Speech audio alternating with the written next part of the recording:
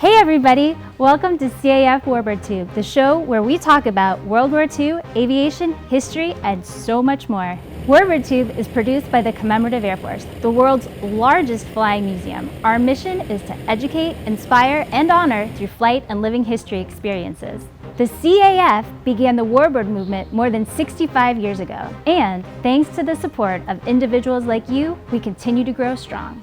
We hope you enjoyed this episode, and now our host, Steve Buss. Thanks for watching and keep 'em flying.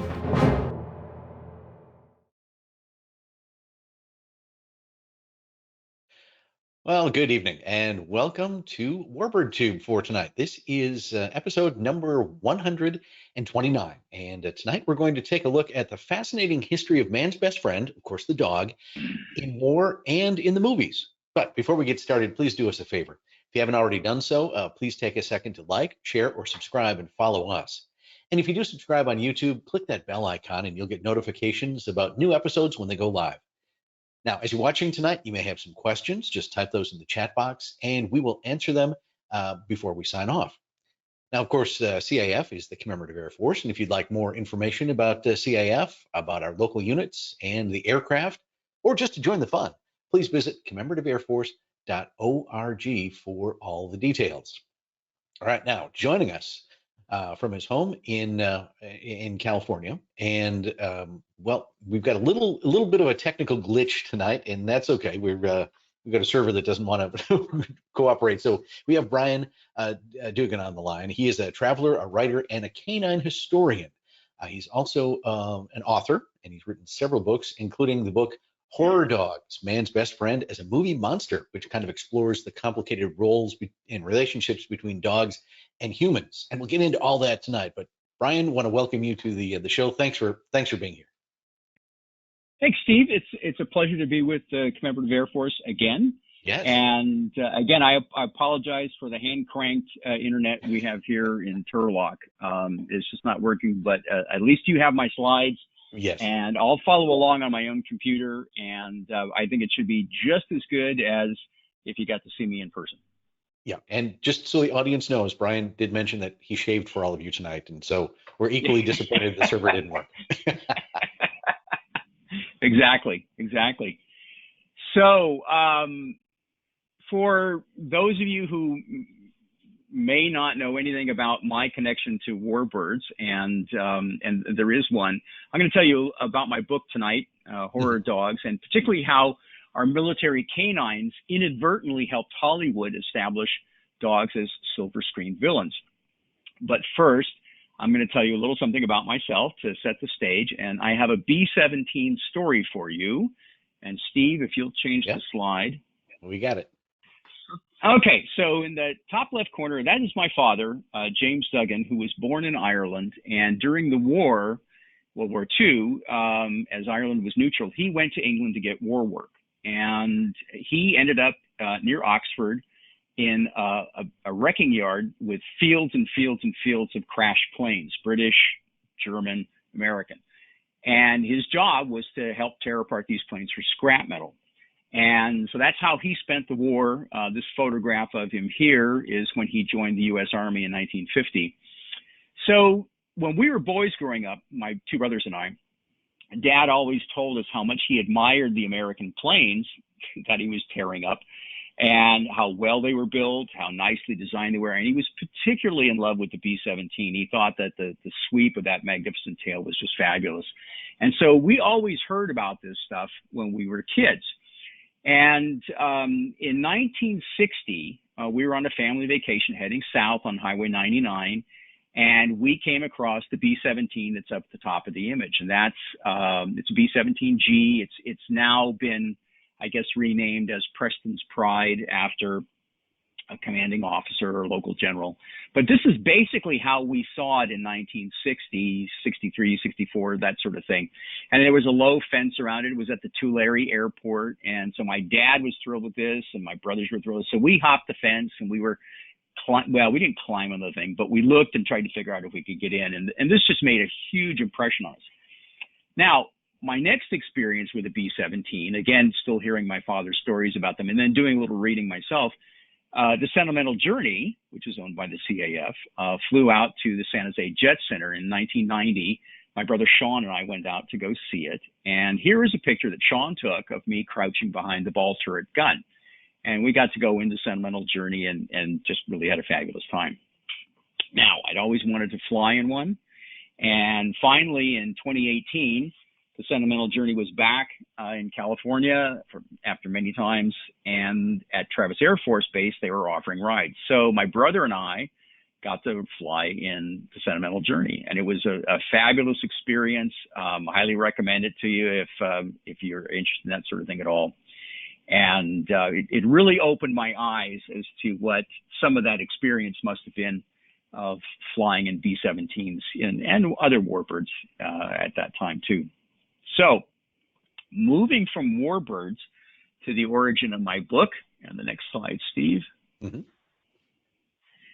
So I'm a K-9 historian, and my second book was about General George and Libby Custer as related to their dog interests. They were total dog people.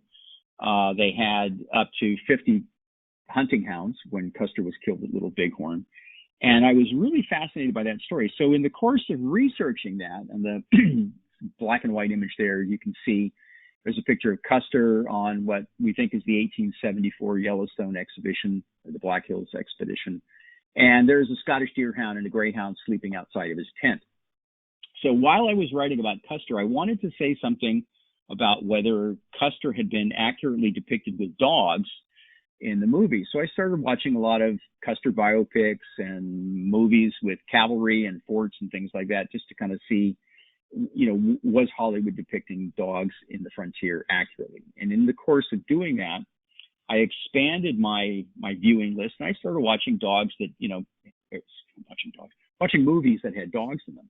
And I was, keeping notes to myself, and I wasn't sure if I was doing anything with this or not. I said, okay, here's a dog that has a character role, and why is it that breed of dog?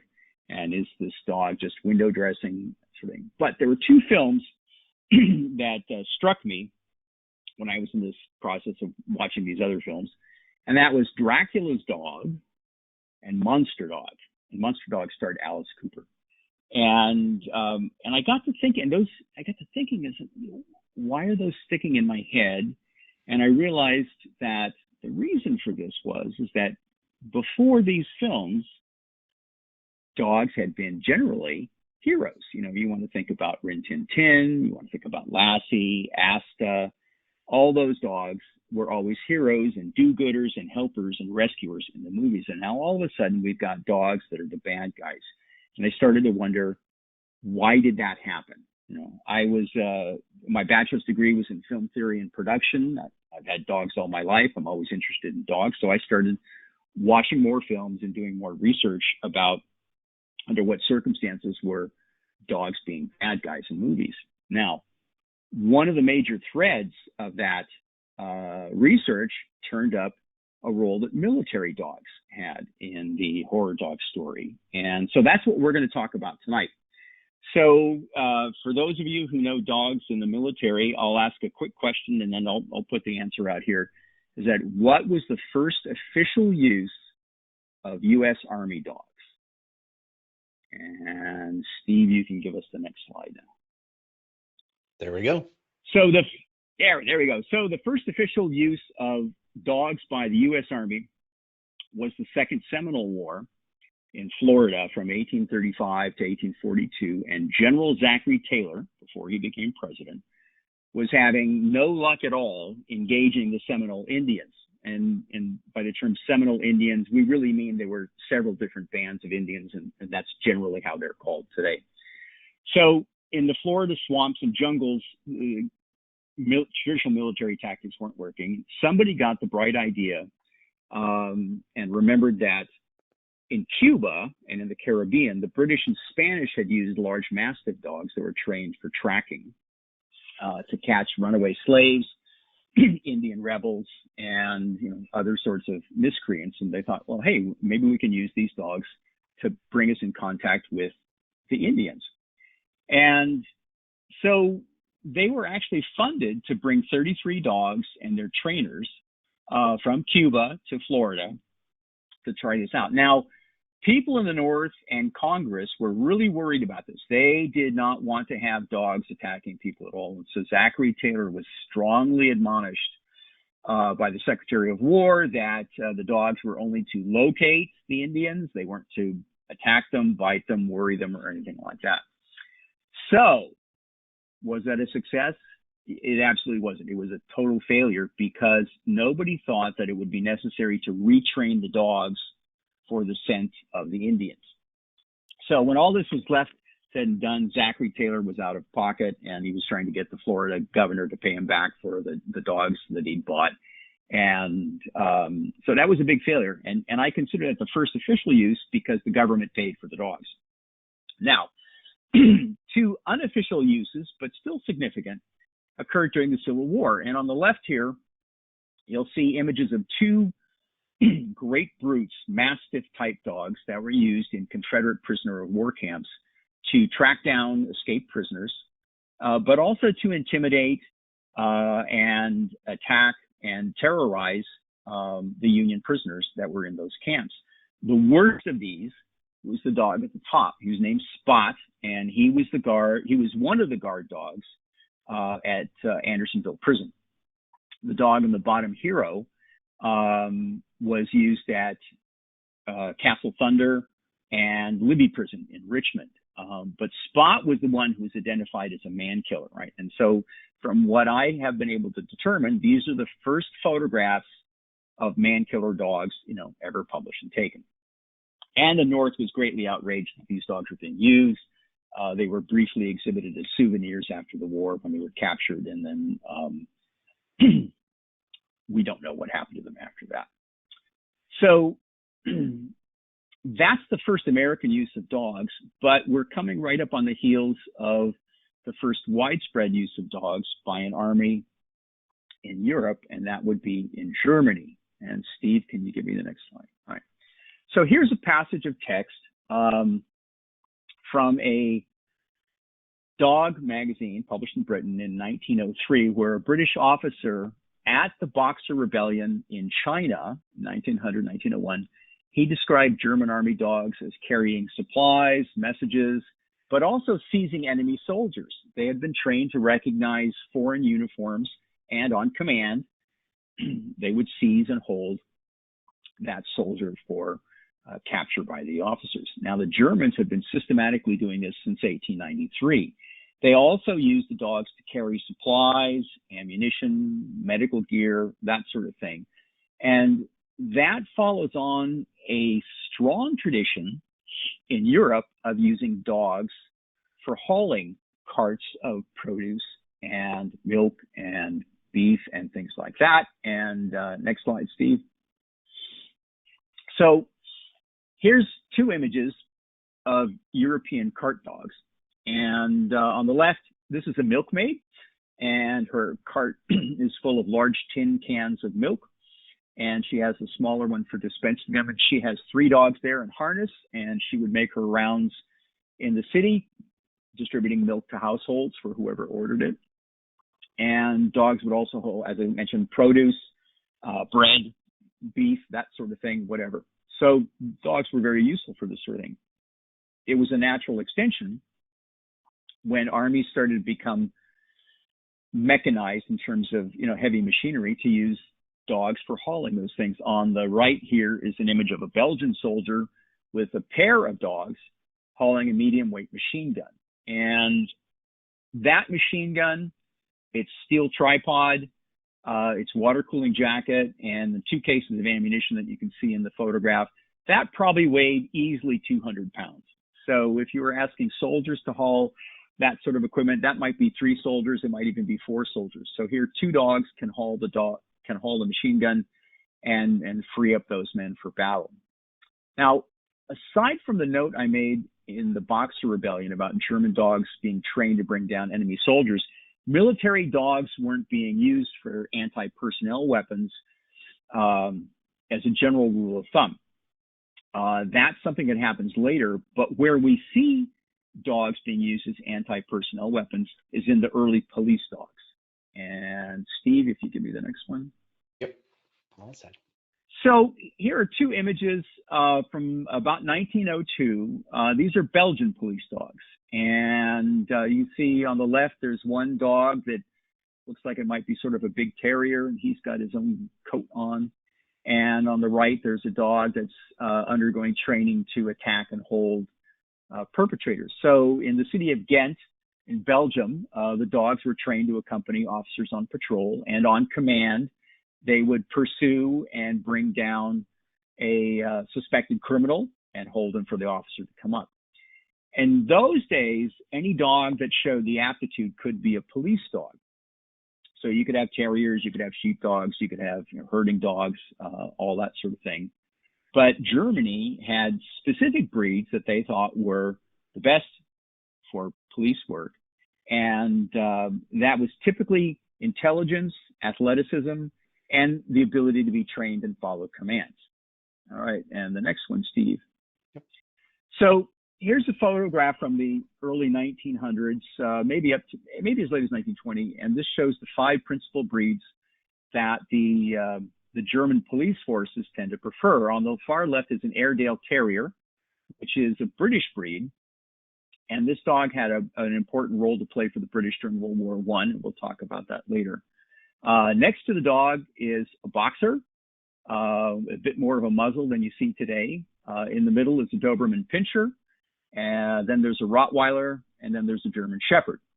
Now, the boxer was originally developed by the Germans because they wanted a medium-weight hunting dog, particularly for boar and sometimes even bear in packs.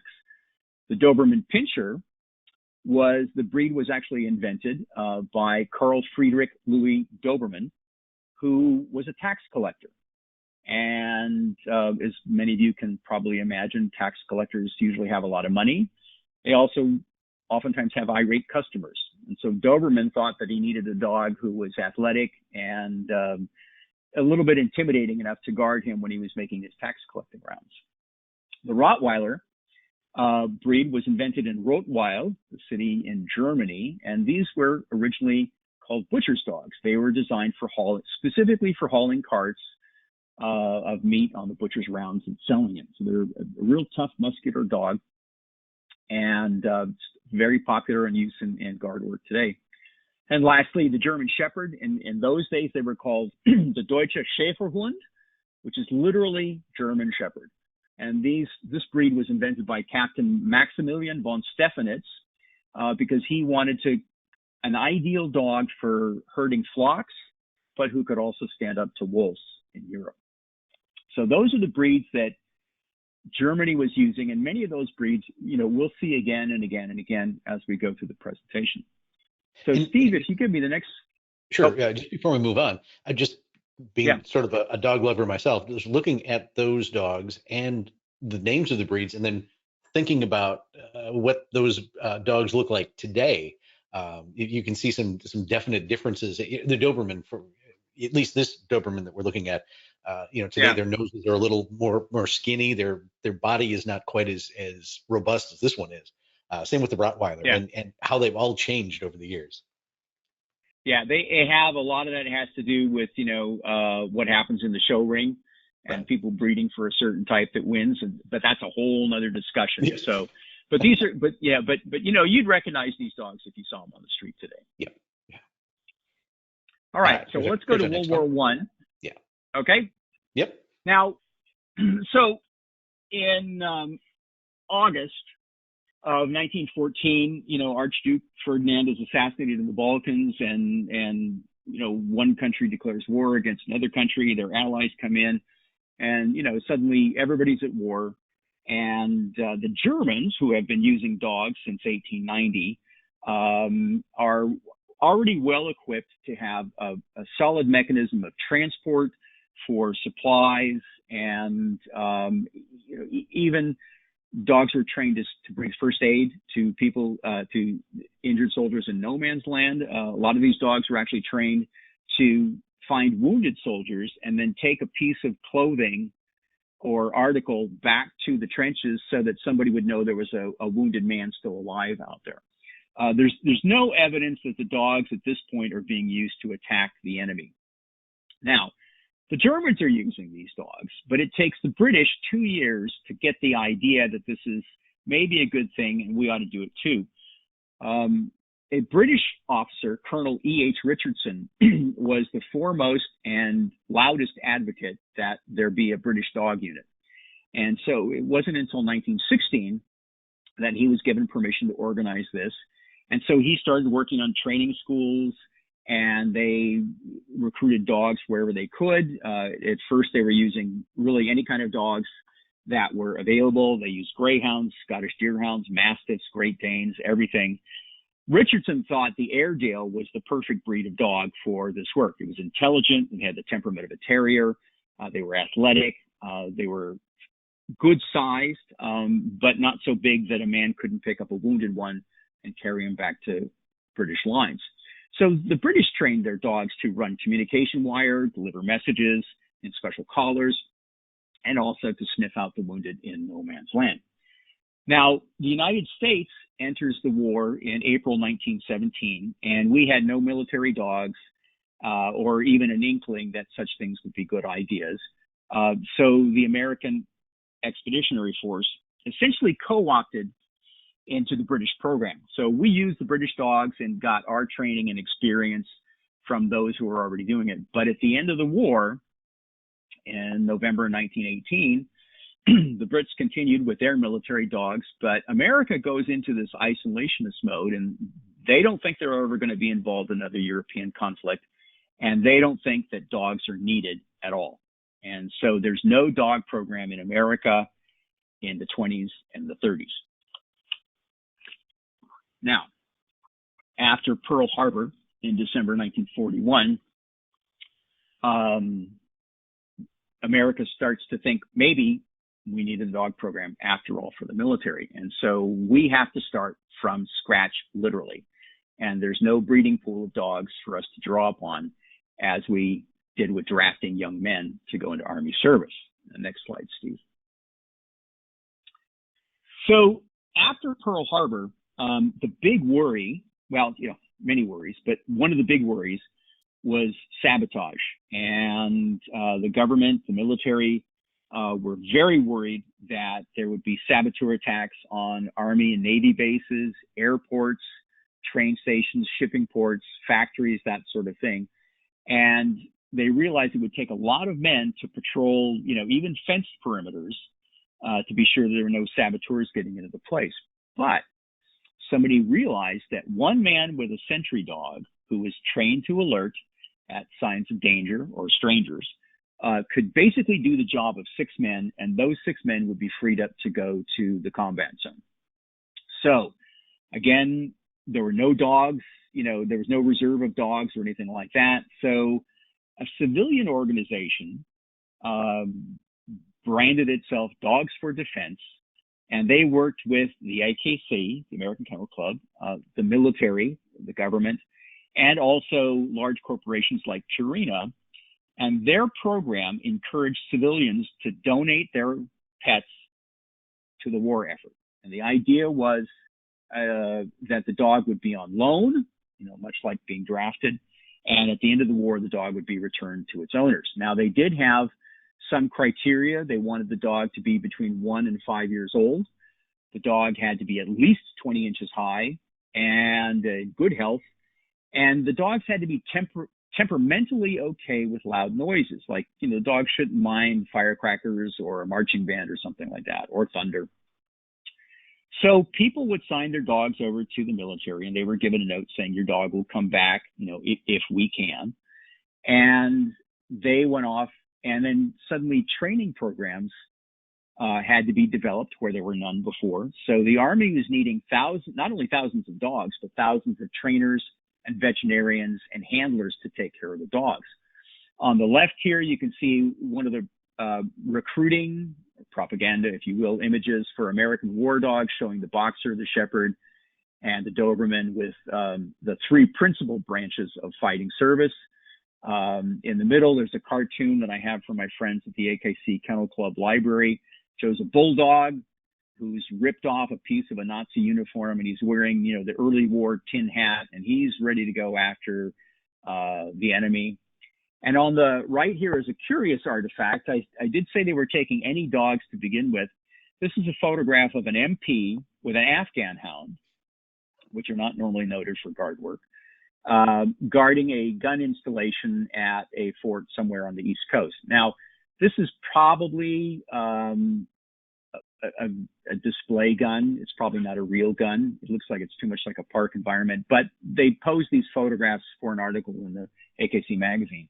But it just goes to show you that they were willing to take anything at first until they could figure out what was going on. And an Afghan would be perfectly, able to guard a perimeter around a factory or something like that.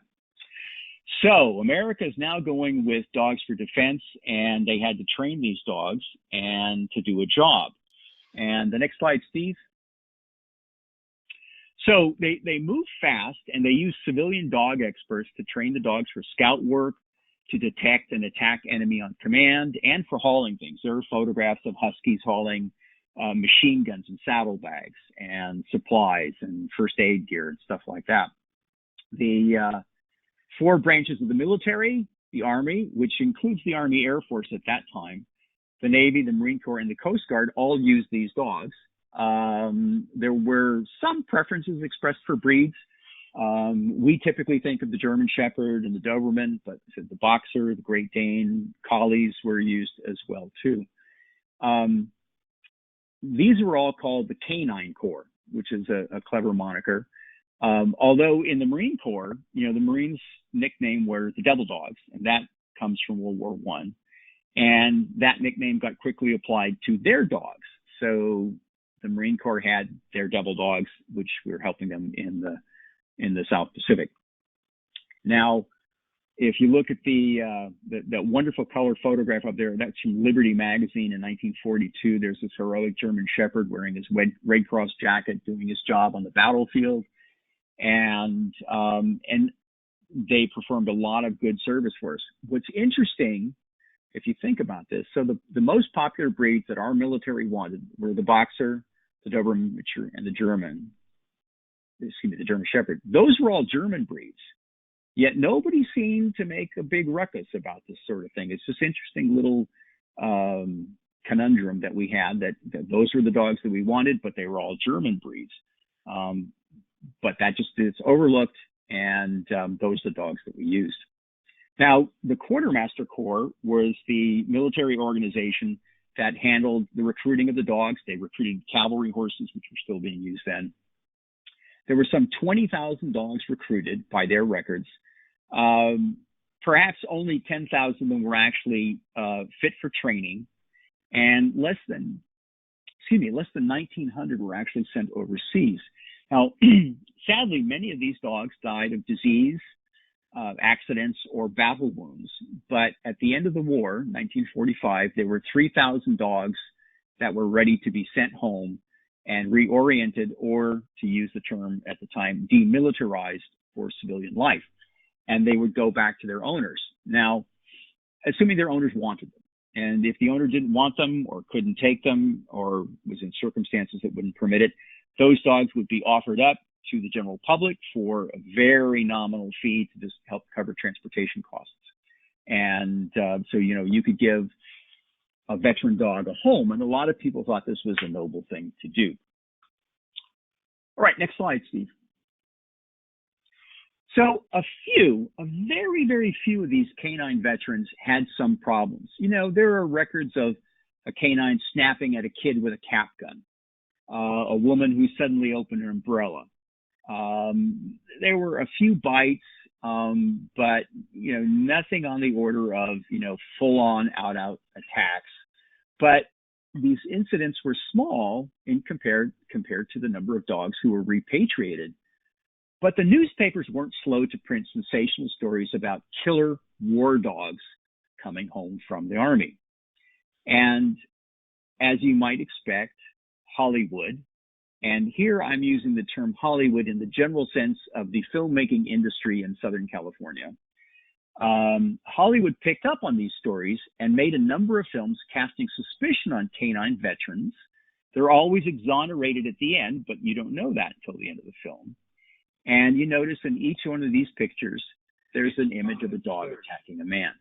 So the first film, The Adventures of Rusty, is about a German, actually a Wehrmacht dog, who is brought to America, adopted by a boy, becomes suspect with injuries and stuff like that happening in the community. The second film, Danny Boy, is about a Marine German Shepherd who comes home. And this really lays it on the line for, the poster even says, the devil dog killer. And again, the dog is suspected of biting people. As it turns out, the dog was actually provoked and had a good reason for biting bad guys in the hometown, but we don't know that till the end. When the dog rescues a baby sitting on the railroad track, it's so cliche, and the dog is finally exonerated and allowed to go home. And then in A Dog's Best Friend, again, it's another military dog held by the Marines that was, supposedly turned into a killer and is now doing that in the neighborhood. And all these films end happily, but there's this lurid element of sensationalism about dogs turning on their owners and having, no citizenship in the community. All right, next slide. Now, while all this is going on, our beloved Lassie, the wonderful collie from the movies and TV, gets into the act too. And in Courage of Lassie, Lassie gets recruited as a war dog. It's a long, kind of complicated story, but she gets recruited as a war dog. She's trained to carry messages. She goes off to the Aleutian Islands to fight the Japanese invasion. And she's subjected to bombardments, and she's wounded. She gets her message through. She saves the battalion, but is affected with post-traumatic stress disorder. And when she comes back to America, she gets loose from the troop train she's on. She's adopted. And the suspicion is that she's now killing sheep and livestock in the area. And again, there's another trial, and her sterling war record is brought up to prove that, she's really innocent and that she's got a medical problem. So that's 1946, right? So that's right after the war. Lassie kind of gets under our skin again in 1951 in The Painted Hills. Now, she's not a war dog in this case. And I should tell you that Lassie is this generic name because the character was originally female in the very first movies, but Lassie came to mean the dog that was playing the character. So in all these movies, the dog is male, but called Lassie or Bob or Shep or something like that. It's a little confusing. But in The Painted Hills, Lassie actually commits manslaughter. And this is a real shocker. Turns out that the man that she kills had killed her original master by shoving him off a cliff. So Lassie basically herds this man off a cliff to his death. The audience understands that this is just retribution, but still, if she were being charged in a court of law, she'd be charged with manslaughter. And this is the first time we've seen, a beloved pet deliberately kill somebody. Now, that's in the movie theaters. All this ends up on television as well. In the Lassie TV series, which ran in the mid-50s up through the 70s, there were at least 3 different episodes about army or police dogs turning vicious. And this is on Sunday night television for America. Kind of supplementing this, we have other dog movies where the dogs or dog TV shows where the dogs are always attacking bad guys. And here to the right of the Lassie TV guide is the Rin Tin Tin show. And Rinty is always going off and grabbing bad guys as well as doing his rescuing. A third one, which I didn't show here, is Sergeant Preston of the Yukon Mounted Police. He had a husky, which was also nabbing bad guys. So, we're seeing this growing movement, this wave, if you will, of dogs in television and film who are attacking people. And it's like, okay, in the context of the story, but this is not something that we were seeing 20 years ago. So, next slide, please. Now, so I've been talking about fiction so far in film and TV, but this was happening in real life too. So during the 1960s, in the civil rights and anti-segregation demonstrations, German Shepherds and Dobermans were being used by civilian police and sheriffs as riot control against civil rights demonstrators. Photographs like these were in Life magazine that were published all over the country, other magazines as well. Footage of this sort of thing ended up on the nightly news. And this is basically now going along with the fiction things that we've seen in the movies, inspiring a new kind of movie villain. Next slide, please. So in the 1970s, we have a decade of Doberman villains. And this begins with two films.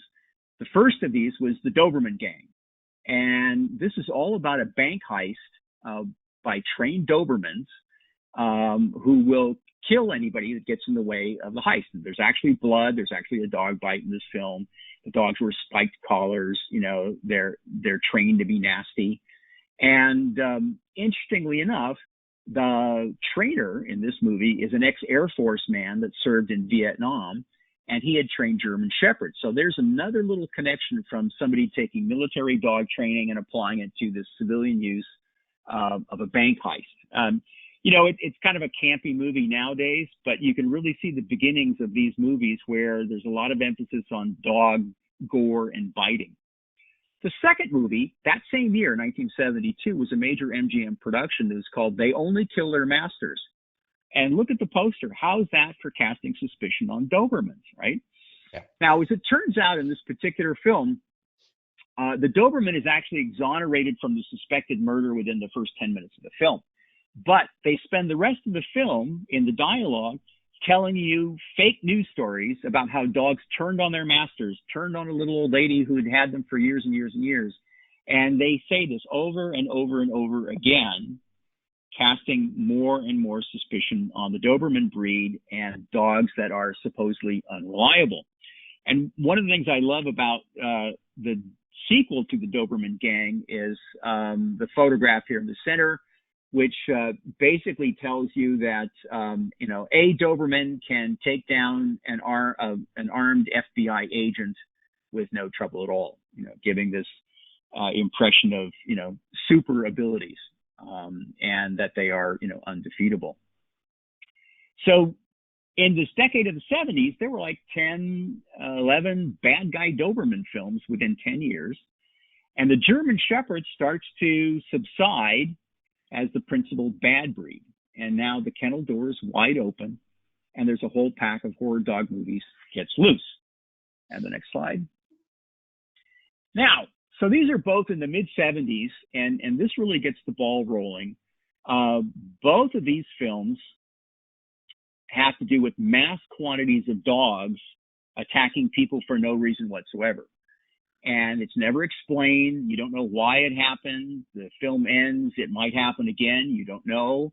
It's got this very ambiguous ending. It's not like the horror movies of the 1930s and 40s where the monster is defeated and the normal couple goes on to the rest of their life. Here, we don't know what's going to happen at the end of these movies. And that's a whole new way of looking at these films, too. And this is following, you know, what's been done with Hitchcock and some of the advances in horror movies that were happening in the late 50s and early 60s.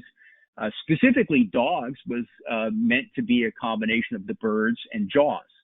They were hoping to have another big hit like Jaws had been the year before. And so they figured they'd do it with Dogs. They copied a lot of stuff, a lot of shots from Hitchcock. And it's a campy movie. They poke a lot of fun at California life and universities. And it's not a serious film as it might have been. Now, The Pack is actually based on a novel written by a Long Island author who used to spend his summers on Fire Island. And a lot of times back when this was written in the 70s, people would just take their dogs to be euthanized or turn them loose rather than find boarding places for them for their summer vacations. Or if they adopted a dog on a summer vacation, they would just leave them loose on the island. The dogs would run free and, you know, get into trouble, becoming feral. And so David Fisher wrote this book as kind of a moral lesson that dogs were not something to be just dumped, you know, if you decided to care for them. And the film is a little different from the book, but not necessarily in a bad way. It's well made. It's scary. It'll have you on the edge of your seat, and it really holds up very, very well today, despite the fact that it was made in 1977. And now, interestingly enough, the Australians made a film called The Pack in 2015, which is not at all like this. There are some similarities, but it's a completely different film. And it's a good one for what it is, too. So this is the beginning of a whole bunch of films, and I talk about them all in my book, as well as telling you a lot of fun stories from the production of some of these, which actors got bit, which dogs refused to act, how many stand-ins did they have. So this trend of going from military dogs to dogs that attack and seeing this as something that just becomes accepted. There are other things that are happening as well that contribute to the story. And Steve, if you'll give me the next slide. So these other things, other phenomena that were going on, aided and abetted the horror dog films. So to begin with, we have the Hound of the Baskervilles films. Now, the first Hound of the Baskervilles movie was made in 1914. That's just, 20 years, 16 or 20 years after motion picture film was made.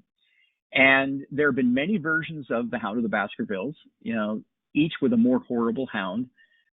It's an amazingly popular Sherlock Holmes story. And as of the last version of it made, which was in Japan last year in 2022, there are 22 different Hound of the Baskerville films. And that works out to an average of one of these films every 5 years. It's just a story that people always keep coming back to. So we have this notion of the Hound of the Baskervilles in our mind. And the Hound of the Baskervilles is actually a great touchstone for movie villains, because a lot of films will actually refer to a crazy dog as the Hound of the Baskervilles, right? Well, there's a film that comes along later that actually puts an end to that. Also, I mentioned animal horror films that started in the 70s. Well, in 1971, there's a film called Willard about rats, under human command attacking people. And Hollywood cranked up the Animals Gone Wild trend. And particularly after the staggering success of Jaws, almost every kind of animal you can imagine that slinked, crawled, flew, slithered, stomped was made into animal attack films.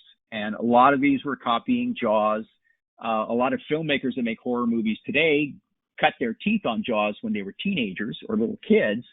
And this made a phenomenal impression on them. And Steven Spielberg's film is great. It still stands up, and it's the model for a lot of people who make horror movies today.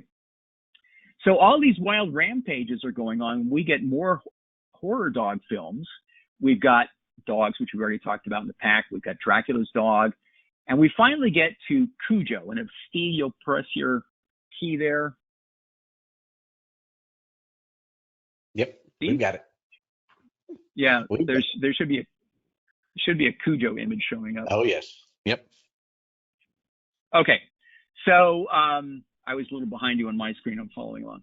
So we come to Stephen King's famous novel Cujo. Now, Cujo was made into a film in 1983. Well, it was released in 1983. The book was published in 1981, and there's a great story about how Stephen King chose a Saint Bernard for that role. He had actually gone to a country mechanic to get his motorcycle fixed, and the country mechanic had a mean Saint Bernard there. And the dog growled and snarled and, made some moves towards Stephen King, and the mechanic had to beat the dog off. And that made a huge impression on him. And about that same time, there was a story in the newspaper. This actually happened. There was a child who was killed by a St. Bernard. This was, in a different city back in Maine. So Stephen King got to thinking, well, what would happen if a mother and child were stuck in a car menaced by a dog, right? And so that was the genesis for the movie Cujo. And it's a great film. It holds up really well after all these years. It was the director did it, was Stephen King's choice for the film, did a great job of it. And it still holds up. It's really the only film where there's a rabid dog as the main character, even though that's not really talked about much in the film. I'll tell you a quick story about Cujo. So the man that trained the dogs in Doberman Gang and Dracula's Dog and a bunch of these other films. His name was Carl Lewis Miller, and he was a phenomenal dog trainer in Hollywood. He'd learned to train German Shepherds in the Air Force, and he applied that training to training police dogs and eventually dogs for movies. And he had this uncanny ability to elicit a Jekyll and Hyde performance from his dogs. So he was hired to do the training for Cujo. Now, when you film a movie with a dog in it, who's a principal star, you have to have more than one dog because the dog can't work all day long. They get tired, they get bored. And frequently you have to have a dog that does one action. One dog might be good at jumping. There's another dog that might be good at expressing emotion. So you'll typically have several dogs to play the one dog. And in the case of Cujo, there were at least 4 St. Bernards, it might have been 5, depending upon who you listen to. And but Carl, the trainer, didn't want to work with St. Bernards. He knew that they were big and galumphy, and they weren't as active as Shepherds and Dobermans. And so he went to the producers and asked if they could turn Cujo into a Doberman, because he figured he'd have an easier time with that. And so thankfully for horror dogdom, the producer, the director, Stephen King, all said, nope, has to be a St. Bernard. Now, to his credit, Carl Miller went out and adopted 4 St. Bernards, and he figured out how to get the performances out of them that were needed in the screenplay. And so we have this amazing movie with a non-traditional horror dog, and no one's ever made a horror dog movie with a St. Bernard since. And Cujo stands the test of time. He has surpassed the Hound of the Baskervilles as the gold standard, the benchmark for horror dogs. And today you can buy stuffed Cujo dolls, you can buy all kinds of crazy memorabilia with Cujo, and he's referred to in movies. The most recent Ghostbusters, they made jokes about, hey, here, watch Cujo. He's a dog who, eats people. And he's referred to in all these movies now. So he's embedded in our culture now as the nasty dog. Directors will make horror dog movies that say, well, I want something like Cujo, but not that breed. So I'm getting close to the end here, and I think what I'll say is, and just to kind of emphasize this, when I first started my project of writing horror dogs, I did a couple social media polls asking people which was the best or the worst horror dog in a movie you've ever seen. And by far and away, the majority of the responses were always Cujo. So that's the story of how our military dogs accidentally paved the way for movies like Rottweiler, Atomic Dog, Man's Best Friend, Good Boy, Monster Dog, and so many more. And last slide, Steve. I promised you a Warbird slide with a dog, and here it is. Here's the Dachshund Maharaja Bosco, and he's being lowered by his owner, Lieutenant Colonel James Philpott, and this is in Los Angeles. This B-25 is the flagship of the Skull and Wings bomb group, and they flew 125 consecutive missions in China, Burma, and India during World War II. And I think that's just a great slide. So happy landings. I thank you all for tuning in this evening. And if there are any questions, I'll do my best. Sure. Amazingly. So basically we trace this kind of horror dog phenomenon back to post-World War II and some somewhat misquoted, misguided news stories from the K-9 Corps. That is amazing. Yeah, it's just really fascinating how these ideas for movies started to become taken for granted. And what you find in these movies is that each movie almost makes up its own fake news stories to justify what's going to happen in the plot. Right. Yeah.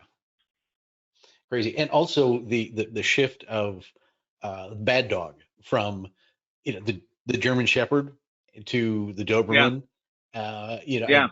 Cujo is an outlier, but also how that's sort of in the movies haven't done it as much as just media in general. But the Rottweiler now being the bad dog that no one wants because they'll tear you apart. So yeah. Sure. So you want to hear a good story about how Rottweilers got to be the bad dogs in movies? Yes, please. I'll make it quick. So the movie The Omen with Gregory Peck and Lee Remick from 1976. that there was no book that inspired that movie that was written by a screenplay. And in the movie, the bad dogs were black German shepherds, right? So Richard Donner, the man who directed Superman, is given the movie assignment, and he's preparing to get his film crew to England, Italy, and Palestine in the fall of '75 to do the shooting. And so he's got trainers in Hollywood that are training German shepherds who will be dyed black to be the bad dogs in the film. They get within 1 month of leaving for England, and somebody on the production team realizes that at that time there was a 6-month dog quarantine in England, and they could not bring their trained dogs to England. So Richard Donner and company, they had to go to England. They got in touch with the kennel club over there, and they said, hey, we need some trained dogs that can kind of do these things. Who's around? And guess what? It was a training kennel of Rottweilers. That's how Rottweilers came to be the bad guys. Oh my! So we've got a couple of audience questions here. What's your favorite dog? Okay. What's my favorite dog? Yes. My wife Wendy and I have Salukis, and those are the Sighthound family. They're originally from the Middle East. Were bred for hunting gazelle and hare in the desert. So those are my favorite dogs, but I really like all kinds of dogs. Oh, good. Well, we're looking at the slide of your books, and Saluki is one of them. So okay. That explains why you wrote a book about that dog. That explains why, yeah. Are there any other animals that performed duties during World War II? Oh, sure. One of the things I think I neglected to mention in terms of hauling, World War II mules, horses, in the Middle East, camels. I think that's pretty much it for beast of burden. You might find instances of cows and oxen being hitched up to wagons as well, but horses, mules, and donkeys, and I said maybe the stray camel in the Middle Eastern theaters. And of course, pigeons. Well, pigeons were carrying messages. I mean, I wouldn't consider a message to be a burden, but yeah, homing pigeons were used to send messages all the time. Yeah. In the slide that's showing the happy landings, you just prompted this. It seems like a lot of aircrew and ships had dog mascots. Do you know why that was? Why they preferred dogs? Oh, I think the aircraft and aircrew mascots was just, I think those were personal pets that were, allowed to be on base or nearby or something like that. And they were adopted by that particular plane or maybe by the squadron or something like that. I mean, I don't think that there was a dog that was a mascot for the 8th Air Force, or anything like that. And that's probably how it was in, early military days when you had, regiments that had a dog that tagged along and he was the mascot of the regiment, but not officially as far as, the government was concerned. So I can't say whether they were cats. I mean, I have seen pictures of somebody who had lion cubs with a plane, but I can't remember whether that was World War II or World War I. Maybe just because cats aren't as obedient and likely to stay put if you put them in a plane. That is true. Speaking of lions, we had one of our guests several months ago wrote a book about the Pan Am experience, basically putting an airline into Africa to help get supplies to the British and eventually to the U.S. And there was one airfield that actually had a lion cub as its mascot. And he tells a great story about how new pilots coming in who were sort of hazed by meeting the lion. Oh, that's pretty funny. That's pretty funny. Probably the only one of those, though. Probably. The DoD recently stated that the Belgian Malinois, I can't pronounce that right, are the ideal dog for the military. What are your thoughts on that? Well, I'll go back a little bit. So German Shepherds, were originally when they were imported to America and England, they were just known as police dogs. Right. And there was a little bit of anti-German sentiment because of World War I. In fact, in Britain, they were called Alsatians for many, many years. One of the reasons that military forces and police forces are moving away from the German Shepherd to breeds like the Malinois, the Belgian Tavern, the Dutch Shepherd, is because the American breeding of German Shepherds is getting a little dodgy. The dogs have a big problem with hip dysplasia. And so, and this has been going on for a while. And, you have to have like 3 generations of X-ray certified stock. But the agility, the intense focus of the Belgian Tavern, the Malinois, the Dutch Shepherd, those things, those are becoming particularly attractive to the military and have been for a while.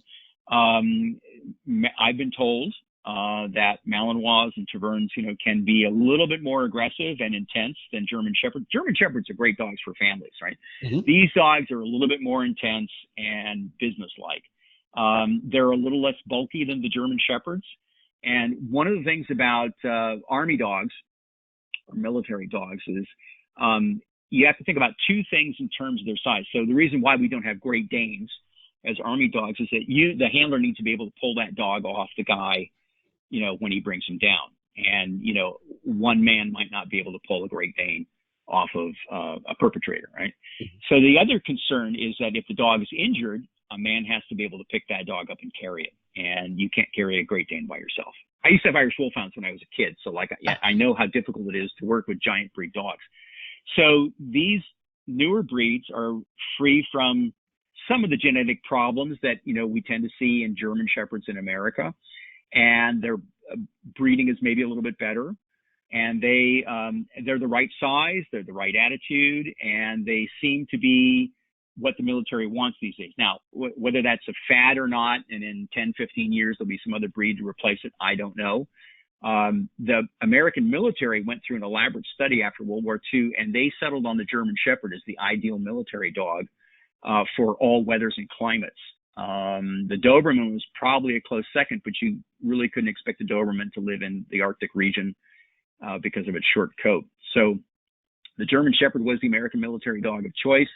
I think people are just being more open-minded to other breeds that can do the job as well or better than the Shepherd can. Sure.